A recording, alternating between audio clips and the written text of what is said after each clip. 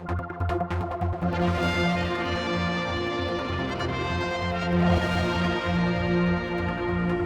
very sad sight behind us here. It's the Castle Mona Hotel, which really, I haven't actually looked at it for some time, even though it's fairly near where I pass most days. Pretty sad. Although the film crew have been in here recently doing some filming. Martin Moore's with me, and you've obviously been following the story that it's on the market, and you're trying to gauge some public support on what to do with it, and you're having a meeting, yes? Yes, I've called a public meeting for Saturday afternoon at 2 p.m. to give the public an opportunity to voice their concerns and opinions on what should be done with the hotel in the future.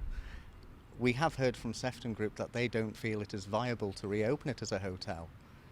But let's not forget that when they first bought the complex, following the collapse of Skyland Investments, it was in reasonably good condition at that time, and they could have opened it. They never did so. They have left it dormant ever since. So I think the fact it has remained dormant for that period of time and has fallen into disrepair falls very squarely on the shoulders of Sefton Group. Now, it's listed, so it can't be pulled down, but obviously we've seen that in the past with the Lido, for instance, that things get to a certain stage where it's past keeping, isn't it? Well, this is a big concern because, as you just mentioned, the listing does not necessarily prevent it from being converted, redeveloped, or indeed demolished if an independent inspector deems it unviable to redevelop the site or to refurbish the site. Well, we're looking at some pictures here of it more in its heyday, and obviously it, in a sense, hasn't changed much on the outside. It's had a bit of additions over the years and the horrible 60s bit added on there as well. But do you think really there is a market for this as a hotel still? I think there is. I think as an upper class hotel perhaps. I mean, if we look at similar age of properties or similar old type properties in the UK, the Adelphi in Liverpool, for example, is doing very well as an upmarket hotel. There are a number of hotels in other parts of the country doing very well as upmarket hotels.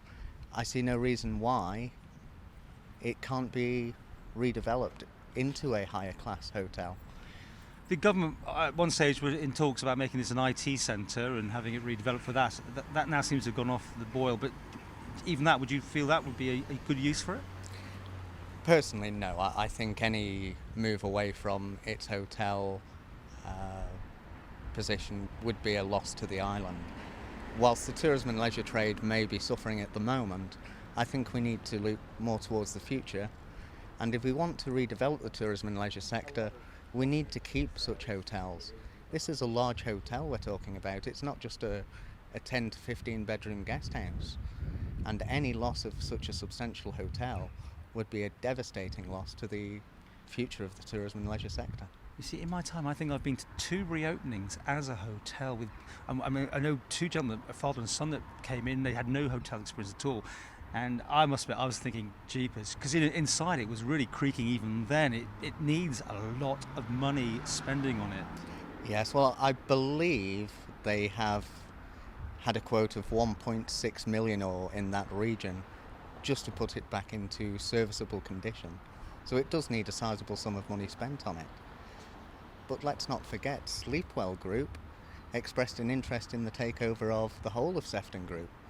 Is this not an opportunity for them perhaps to step in and buy one of their assets and buy the Sefton Group in effect in piecemeal? Okay. Your meeting on Saturday, when and where?